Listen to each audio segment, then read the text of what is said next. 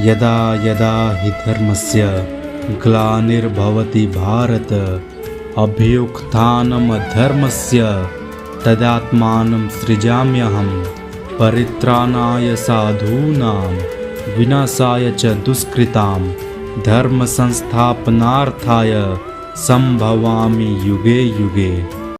जय जगन्नाथ। आज सुना भाई आलोचना करिया अतिभक्ति चोर लक्षण। कहिबार तात्पर्य कौन? जेतेबेले दधि सागर मंथन करागला सुमेरु पर्वत को अनंत वासुकी द्वारा कौन होची मंथन करागला सेतुरु अमृत बाहला। देवदानव संग्राम है। प्रभु कौन कले? माया कले। माया कला परे देवता मान को अमृत देले, दानव मान से कौन कले? विष देले। यही समय कौन है? राहु महाराज जानीपारे नवग्रह भितर गोटे ग्रह होती राहु। राहु जो जानीपारे राहु कौन कले? देवता रूप धरिकी चंद्र पाखे जाए प्रवेश कर चंद्र पाखे प्रवेश करगले। चंद्र एक कथा जानीपारे। चंद्र जानिला पर से कौन है? ये से देवता भितर आलोडन सृष्टि होगा। भगवान मोहिनी रूप नारी रूप धारण कर कौन कल देखिले राहु कौन कला? विषपान ये अमृत पान करदेला। प्रभु से माया कले स्व शरीर को धरिले। धरी से सुदर्शन को हाथ में धरी आज्ञा देले। सुदर्शन गला राहु कौन कला? दिखंड करदेला। तल खंडक है बेकटू तल है कौन? केतु। मस्तक खंडक रहीगला कौन? अमृत। माने राहु जो अमृत पान कर पेट भितर तार जाई ना, गला पाखे रही काटिदेले। कौन सेमती वर्तमान समय देख अनेक व्यक्ति, आम क्या निंदा करने कथा नुह, अनेक व्यक्ति कौन होती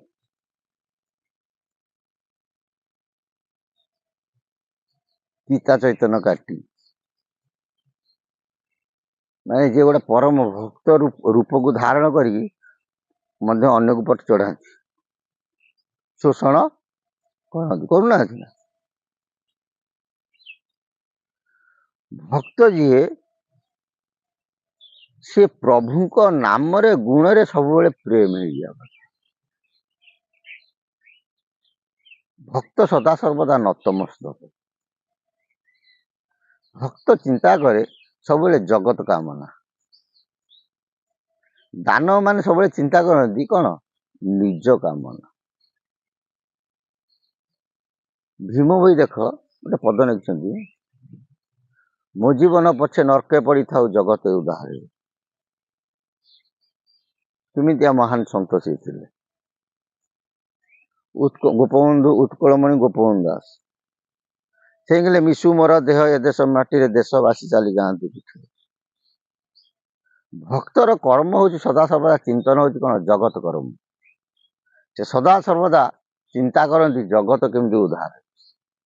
वर्तमान तुम देख जेकोसी गुरुकुल जाऊँ बहुत भक्त जाती से सब निजर कामना वासना नहीं जाती। कामना वासना नहीं जी कामटा नहला आइले विरुद्ध से गपिले सेठू छाड़े अन्य गुरु पाक गले। एम सब कहते आउ थोड़ा गुरु कहती चेला कहती ए उद्धव तो 24 गुरु करता आम कौन कीटा गुरु कह या कहती नहीं ना। किंतु कृष्ण उद्धव को कही उद्धव 24 गुरु गलापर कृष्ण पाखे जाई पहुंचला। कहले सद गुरु जब मारे गोईठा अंधार घरे जड़े गोईठा। बुझे आउ किसी भक्त अच्छा कलिजुग सरीज काले आम मरीजा। बुझी ना कौन सी गुरुकूल जा बसीगले आम बंचीजा। से बहुत लोक कौन अच्छे मृत्यु को वर्तमान समय मृत्यु को समति भय ना। से कहते गुरुकूल आश्रित से हमें एमती अनेक प्रकार वर्तमान भक्त सब आविर्भूत। इे खोल करताल गिनी बाड़े सियाड़े कौन करते परर अमंगल सदाला चिंता। ତାର କିଛି ମହତ୍ଵ ନଥାଏ। ଶିଶୁଆନନ୍ଦଙ୍କ ଭାଷାରେ କୁକୁର ବହିବେ ମସ୍ତକେ ଚିତା, ଭଲୁକ ବହିବେ କନ୍ଧେ ପଇତା, ଝିଟିପିଟି ହରି ନାମ ଗାଇବ, ଘୋର କଳି କାଳ ଥୟ ନୋଇବ, ପାପ ପୁରୀ ଯିବ ମହି, ଘରେ ଘରେ ହରି ନାମ ଯୋ ହୋଇବ, ଧର୍ମ ବଳ ଟିକେ ନାହିଁ। ବର୍ତ୍ତମାନ ତମେ ଦେଖ ସେଇ କଥା, ଘରେ ଘରେ ଠାକୁର ପୂଜା, ଘରେ ଘରେ ଘଣ୍ଟ ଧ୍ୱନି, ଘରେ ଘରେ ଶଙ୍ଖନାଦ, ବାପର ଯଦି ଏପଟେ ଠାକୁର, ପୁଅର ରହିଲାଣି ସେପଟେ ଠାକୁର, ବୋହୂର ରହିଲାଣି ଏପଟେ ଠାକୁର, ଯିଏ ଯେଝା ଠାକୁରଙ୍କୁ ଯିଏ ଯୋଉଠି ରଖିଲେ। ପୂଜା ହଉଥିବ, ଯଦି ଝଗଡ଼ା ଲାଗିଗଲେ ଆଉ ଠାକୁର କଥା ଚିନ୍ତା ନାହିଁ। ଶାଶୁ ଶ୍ୱଶୁରରେ ଶାଶୁ ବୋହୂରେ କଣ ଝଗଡ଼ା, ବାପ ପୁଅରେ ହଣା ମରା, ନା ନାଇଁ। ଇଆଡ଼େ ଦେଖିବାକୁ ପରମ ଭକ୍ତର ଅବତାର ପୁରୁଷ। ଇଏ କଳି ଯୁଗରେ କଳିକି ଚିହ୍ନିଆ ହଉଛି ମହାଭୟଙ୍କର। ସେଥିପାଇଁ ଅନ୍ତଦାସ ଶିଶୁଆନନ୍ଦଙ୍କ ଭାଷାରେ କୁକୁର ବହିବେ ମସ୍ତକେ ଚିତା, ଭଲୁକ ବହିବେ କନ୍ଧେ ପଇତା, ଝିଟିପିଟି ହରି ନାମ ଗାଇବ, ଘୋର କଳି କାଳ ଥୟ ନୋଇବ, ପାପ ପୁରୀ ଯିବ ମହି, ଘରେ ଘରେ ହରି ନାମ ଯୋ ହୋଇବ, ଧର୍ମ ବଳ ଟିକେ ନାହିଁ। ହେ ବାରଙ୍ଗ, ତୁ ଆଖିରେ ଦେଖିବୁ ଏଇ ଘଟଣା ସବୁ ଘଟିବ, ସମସ୍ତେ ଠାକୁରଙ୍କୁ ଡାକୁଥିବେ, କିନ୍ତୁ ଧର୍ମ କାହା ପାଖରେ ନଥିବ। ଏଇ ଧର୍ମ ଥବ ତ କାହା ପାଖରେ ତାଙ୍କର ଶାନ୍ତି ଅନୁଭବ ହବ, କଳି ପଶିବ କେମିତି? ଠିକ ନା ଭୁଲ? କଳି ତ ଧର୍ମ ପାଖକୁ ଗଲା ବେଳକୁ ଦୂରେଇ ଚାଲିଯିବ। ତେଣୁ କଳି ସମସ୍ତିଙ୍କ ଦେହରେ ପ୍ରବେଶ କରିବ। ଏଇ କଥା ଉପରେ ଅଚ୍ୟୁତାନନ୍ଦ ମହାପୁରୁଷ ତାକୁ ମଧ୍ୟ ସମାଧାନ କଲେ। କୋଉଠି? ତାଙ୍କର ଶିବକଳ୍ପ ଶାସ୍ତ୍ରରେ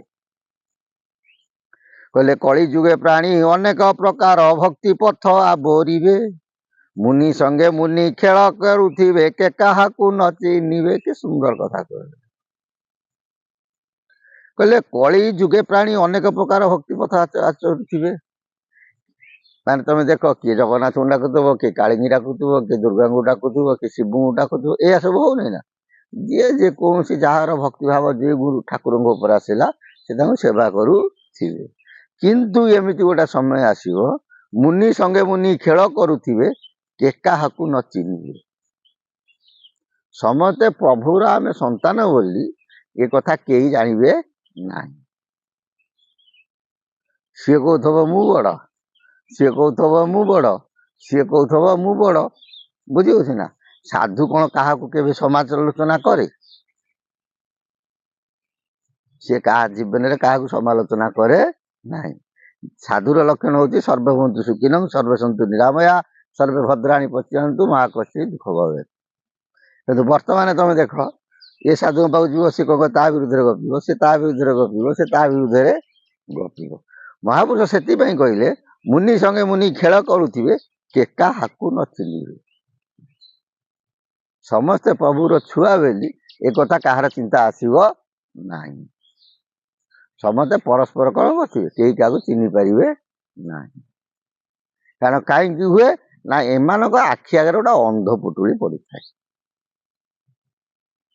ଦେଖ, ହିରଣ୍ୟାକ୍ଷ ପୁଅକୁ ପାଠ ପଢିବାକୁ ପଠେଇଲେ, ଗୁରୁକୂଳରୁ ପୁଅ ଗଲା, କିଏ ସେ?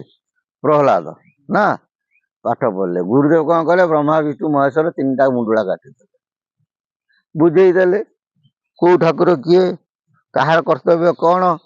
ସେଠୁ ପ୍ରହ୍ଲାଦ କଣ କଲା, ଆଉ ଓಂ ନମ ଶିବାୟ ଜପିଲାନି, ଓಂ ନମ ନାରାୟଣ ଜପିଲା। ସେଇଠୁ ହିରଣ୍ୟାକ୍ଷ କଣ ହେଲା, ଉଗ୍ର ରୂପ ଧାରଣ କଲା, ପୁଅକୁ ଦଣ୍ଡ ଦେଲା। କାରଣ ସିଏ କହିଲା, ମୋ ଠାକୁର ଇଷ୍ଟ ହଉଛନ୍ତି ଶିବ, ହଁ କି ନାଇଁ। ସେ ପୁଅକୁ ଦଣ୍ଡ ଦେଲା, ଇଏ ନମ ନାରାୟଣ କହିଲା ବୋଲି। କିନ୍ତୁ ଉଗ୍ରେସଣ ଜାଣିବା, ଯଦି ପ୍ରହ୍ଲାଦ ଜାଣିବା କଥା, ହିରଣ୍ୟାକ୍ଷ ଜାଣିବା କଥା, ଆରେ ଶିବ ଯିଏ, ହରି ଯିଏ, ହର ସିଏ, ନା ନାଇଁ। ସେ ଯଦି ଏତିକି କଥା ଜାଣିଥାନ୍ତା, ତାର ଯଦି ଏତିକି ଜ୍ଞାନ ଉଦୟ ହେଇଥାନ୍ତା, ସେ କଣ ପୁଅକୁ ଦଣ୍ଡ ଦେଇଥାନ୍ତା?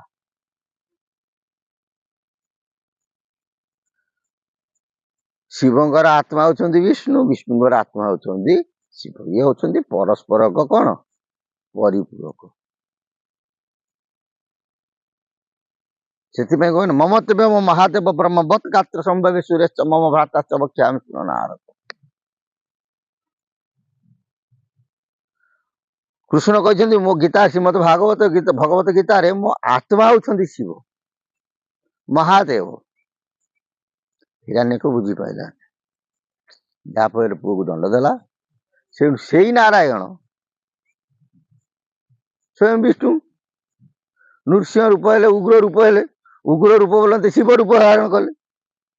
ଶିବ ଶବ୍ଦର ଅର୍ଥ ହଉଛି ଉଗ୍ର, ଭୟଙ୍କର।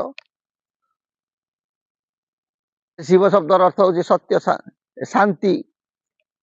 ଶିବ ଶବ୍ଦର ଅର୍ଥ ବାହାର କଲେ ଅନେକ ବାହାରିବ। ଆମେ କହନ୍ତି ସତ୍ୟମ ଶିବମ ସୁନ୍ଦରମ, ସେଠି ଶିବଙ୍କ ଶବ୍ଦ ଅର୍ଥ ଆସିବ ବ୍ରହ୍ମ। ଯେମିତି ହିରଣ୍ୟକ୍ଷ କଣ ହେଲା ବୁଝିପାରିଲା ନାହିଁ, ହରି ଯିଏ ହର ସିଏ। ଲାଷ୍ଟ ପ୍ରଭୁ କଣ କଲେ? ନୃସିଂହ ରୂପ ଧାରଣ କରି ତାକୁ ବିନାଶ କଲେ। ଏ କଳିଯୁଗରେ ସେମିତି କଣ ହବ? ଏମିତି ମତ ଗର୍ବ ହେବେ ଏ ସାଧୁ ସନ୍ଥ ମାନେ, ଇଏ କେହି କାହାକୁ ଆଉ ଚିହ୍ନି ପାରିବେ ନାହିଁ। ସେ ତା ବିରୁଦ୍ଧରେ ଗପିବ, ସେ ତା ବିରୁଦ୍ଧରେ ଗପିବ, ସେ ତା ବିରୁଦ୍ଧରେ ଗପିବ। କିନ୍ତୁ ସେ ଚିନ୍ତା କରିବା କଥା, ଆରେ ଆମ ସମସ୍ତଙ୍କର ପ୍ରଭୁ ହଉଛନ୍ତି ଜଣେ। ସେ କାଳୀ ଯିଏ, ଦୁର୍ଗା ସିଏ, ଶିବ ସିଏ, ବ୍ରହ୍ମା ସିଏ, ବିଷ୍ଣୁ ସିଏ, ଏକ ଇ ବିଷ୍ଣୁ ପ୍ରତିଭିନ୍ନ ରୂପ ଦୁଦକ୍ଷ ଏକ ପ୍ରତିଭିନ୍ନ ଗାବ ସୁବର୍ଣ୍ଣ ଏକ ବହୁଭୂଷଣ ଆଦି ରୂପସ୍ୟ ଭିନ୍ନ ପରମାତ୍ମା ଏକ। ଏ କଥା କାହାର ଚିନ୍ତା ଆସିବ ନାହିଁ। ସେ କହିବ ଇଏ ବଡ, ସିଏ ବଡ, ସିଏ ବଡ, ଯାହାଫଳରେ କଣ ହେଉଛି କେହି କାହାକୁ ଚିହ୍ନି ପାରିବେ ନାହିଁ। ପୁଣି ତଳପଦ କଣ କହିଲେ? ସର୍ବମତ ଭଳେ କାଳ କଟାଇବେ ହୋଇବ ଭକତି ହାନି। ଏଇ ଯୋଉ ପରକୁ ପର ପରସ୍ପର କଣ ହେଇଛି ସମାଲୋଚନା କରିବେ, ଆ ପରେ କଣ ହେଇଯିବ ଭକ୍ତି ପଥ ଆଉ ରହିବ ନାହିଁ। ଭକ୍ତି କଣ ହେଇଯିବ ହାନି ହବ, କ୍ଷୟ ହବ। ଧର୍ମ ବୋଲି ଯେଉଁ ଯୋଡ଼ିଏ ଅକ୍ଷର ନ ଜାଣି ହୋଇବେ ଜ୍ଞାନୀ। ବାବା ଜୟ ଜଗନ୍ନାଥ। କହିଲେ କଳି ଯୁଗରେ ମହାପୁରୁଷ କହୁଛନ୍ତି ଏ ଯୋଉ ମତୁଆଲା ସାଧୁ ବାହାରିବେ କେ ମୁନି ଋଷି ମାନେ, ଇଏ ସବୁ କଣ ହେଇଯିବେ ଧର୍ମ ବୋଲି ଯୋଉ ଦୁଇଟି ଅକ୍ଷର ତାକୁ ବି ଜାଣିବେ ନାହିଁ। ଯିଏ ଧର୍ମ ବୋଲି ଦିଟା ଅକ୍ଷର ଜାଣିଥିବ ସେ କାହାକୁ କଣ ସମାଲୋଚନା କରିବ ନାହିଁ, କାହା ମନରେ କଷ୍ଟ ଦବ ନାହିଁ। କାରଣ ସିଏ ଜାଣିଥିବ ମୋ ଆତ୍ମାଟା ଯେମିତି ଅନ୍ୟର ଆତ୍ମାଟା ମଧ୍ୟ ସେମିତି। ସେଥିପାଇଁ ଭାଗବତ କହିଲେ କଣ? ଆତ୍ମାକୁ ଆତ୍ମା ଯହୁଁ ସ୍ମରେ ପରମାନନ୍ଦ ତା ବିହରେ। ଠିକ ନା ଭୁଲ? ଏ ସାଧୁ ହେଇକି ଯଦି ଶ୍ରଦ୍ଧା ନାହିଁ, ସେ ସାଧୁତ୍ୱର ମହତ୍ଵ କିଛି ନଥାଏ। ଆଉ ସାଧୁ କସ୍ମିନ କାଳେ କାହାକୁ ସମାଲୋଚନା କରେ ନାହିଁ। ତେଣୁ ଏଇ ଯୋଉ କଳିରେ ଯୋଉ ନୀତି ଆସିବ, ଧର୍ମ ବୋଲି ଯେଉଁ ଯୋଡ଼ିଏ ଅକ୍ଷର ନ ଜାଣି ହୋଇବେ ଜ୍ଞାନୀ। ଧର୍ମ ଏ ହଉଛି ଦୁଇଟି ଅକ୍ଷର। ଧରେ କଣ ମରେ କଣ ଯଦି ତମେ ଜାଣିପାରିବ ତାହେଲେ କଣ ହେଇଛି, ତାହେଲେ ତମେ କାହାକୁ କଷ୍ଟ ଦେଇପାରିବ ନାହିଁ। ଖାଲି ଗୋଟିଏ ପଦ କହିଛନ୍ତି, ଧ୍ରୁ ଧାତୁ ମୟ ପତ୍ର ହଉଛି ଧର୍ମ, ଧ୍ରୁ ବୋଲନ୍ତି ହେଲା ଧରିତ୍ରୀ, ଧରିତ୍ରୀ ଯାହାକୁ ଧାରଣ କରିଛି ତା ହିଁ ଧର୍ମ। ଧରିତ୍ରୀ ଦେଖ, ଧରିତ୍ରୀ କଣ ଧାରଣ କରିଛି? ସତ୍ୟ, ସ୍ନେହ, ସତ୍ୟ, ଶାନ୍ତି, ଦୟା, କ୍ଷମା, ସ୍ନେହ, ମମତା। ହଁ କି ନାଇଁ? ଆମେ ତାକୁ ଚିରୁଛେ, ମାନେ ତାକୁ ହଳ କରୁଛେ, ତାକୁ ହାଣୁଛେ, ଖୋଳୁଛେ, ତାପରେ ପରିସ୍ରା କରୁଛେ, ଝାଡ଼ା କରୁଛେ, ଗଛ ଲଗଉଛେ, ଯେତେ ଯାହା କଲେ ସେ ଆମକୁ କଣ ଫିଙ୍ଗି ଦଉଛି? ଫିଙ୍ଗୁଛି କି? ସେ ସଦା ସର୍ବଦା ଆମକୁ ଶ୍ରଦ୍ଧା କରୁଛି, ସ୍ନେହ କରୁଛି, କ୍ଷମା ଦଉଛି।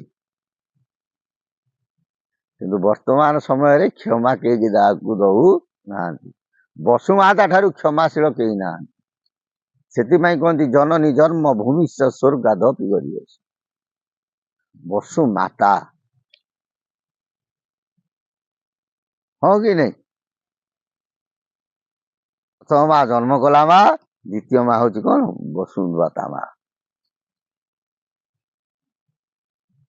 ତେଣୁ ମଣିଷ ଜୀବନରେ ମା କେଇଟା ଆସେ ନା, ପ୍ରଥମେ ଜନ୍ମଜାତିସ୍ୟ, ଦ୍ୱିତୀୟ ସୁରଭି ତଥା, ତୃତୀୟ ବସୁନ୍ଧରା, ଚତୁର୍ଥ କି କରିଷ୍ୟତି। କହିଲେ ପ୍ରଥମ ମା ହଉଛି ଜନ୍ମଦାତ୍ରୀ। ଜନ୍ମ ହେଲା ଯେତେବେଳେ ସେ ତମକୁ କ୍ଷୀର ପାନ ଦେଇକି ବଢେଇଲା, ତାପରେ ପେଟ ବଡ ହେଲା, ଭୋକ କଲା। ଦ୍ୱିତୀୟ ସୁରଭି ତଥା, ସେଠୁ ମା ସୁରଭି ବୋଲନ୍ତେ ଗାଈ, ଗାଈ କ୍ଷୀର ଖାଇକି ସେଠୁ ବଢିଲ, ତଥାପି ପେଟ ବଢିଲା, ଭୋକ ସମ୍ଭାଳି ହେଲାନି, ଫେର ଭୋକ କଲା। ତୃତୀୟ ବସୁନ୍ଧରାଶ୍ଚ, ତୃତୀୟ ମା ହେଲା ବସୁନ୍ଧରା ଧରିତ୍ରୀ। ଏଠୁ ଧାନରୁ ସେଠୁ କଣ ଚାଉଳ ହେଲା, ଫଳ ଫୁଳ ଗଛ ବୃକ୍ଷରୁ ସବୁ ବାହାରିଲା, ଖାଇଲେ ଆମେ ନା ନାଇଁ? ସେଠୁ ପେଟ ପୁରିଗଲା। ଚତୁର୍ଥୀ କି କରିଛନ୍ତି, ଚତୁର୍ଥୀରେ କଣ କରିବା ଦରକାର, କୋଉ ମାଆକୁ ସେବା କରିବା କଥା, ସେ ମାଆକୁ ଯଦି ଆମେ ସେବା କରିପାରିଲେ ତାହେଲେ ସଂସାର ତରିବେ। ତେଣୁ ଗୋଟେ ପଦ ମନେ ପଡେ, ମାତା କୋଳରେ ବସ ଭଜ ଶୂନ୍ୟ ପୁରୁଷ ଶୂନ୍ୟରୁ ଭାଇ ଯିବ ହାଡ଼ ମହତ। ମା କୋଳରେ ଯଦି ଆମେ ପୁଅ ହେଇଯିବା ଆଉ କିଛି ଆମର ଦରକାର ନାହିଁ। ବର୍ତ୍ତମାନ ସମୟରେ ମା କୋଳରେ ପୁଅ ହେବାକୁ କେହି ଚିନ୍ତା କରୁନାହାନ୍ତି, କାହାର ଶ୍ରଦ୍ଧା ନାହିଁ, ସ୍ନେହ ନାହିଁ। ଏଗୁଡିକ କଣ, କେବଳ ଆମ ଧର୍ମକୁ ଆଖି ଠାର ମାରିଲା ପରି ବିପରୀତ ବୁଦ୍ଧି, ବିନାଶ କାଳେ ବିପରୀତ ବୁଦ୍ଧି। ସେଥିପାଇଁ ମହାପୁରୁଷ ଏ ପଦଟି ଲେଖିଲେ ଶିବପ୍ରଭୁ ଶାସ୍ତ୍ରରେ, ସର୍ବେ ମତ ଭୋଳେ କାଳ କଟାଇବେ, ହୋଇବ ଭକତି ହାନି, ଧର୍ମ ବୋଲି ଯେଉଁ ଯୋଡ଼ିଏ ଅକ୍ଷର ନ ଜାଣି ହୋଇବେ ଜ୍ଞାନୀ। ଜୟ ଜଗନ୍ନାଥ। ସର୍ବେ ଭବନ୍ତୁ ସୁଖିନଃ, ସର୍ବେ ସନ୍ତୁ ନିରାମୟା, ସର୍ବେ ଭଦ୍ରାଣୀ ପଶ୍ୟନ୍ତୁ, ମହା କଶ୍ଚିତ୍ ଦୁଃଖ ଭବେତ୍। ହରି ଓಂ ଶାନ୍ତି, ହରି ଓಂ ଶାନ୍ତି, ହରି ଓಂ ଶାନ୍ତି।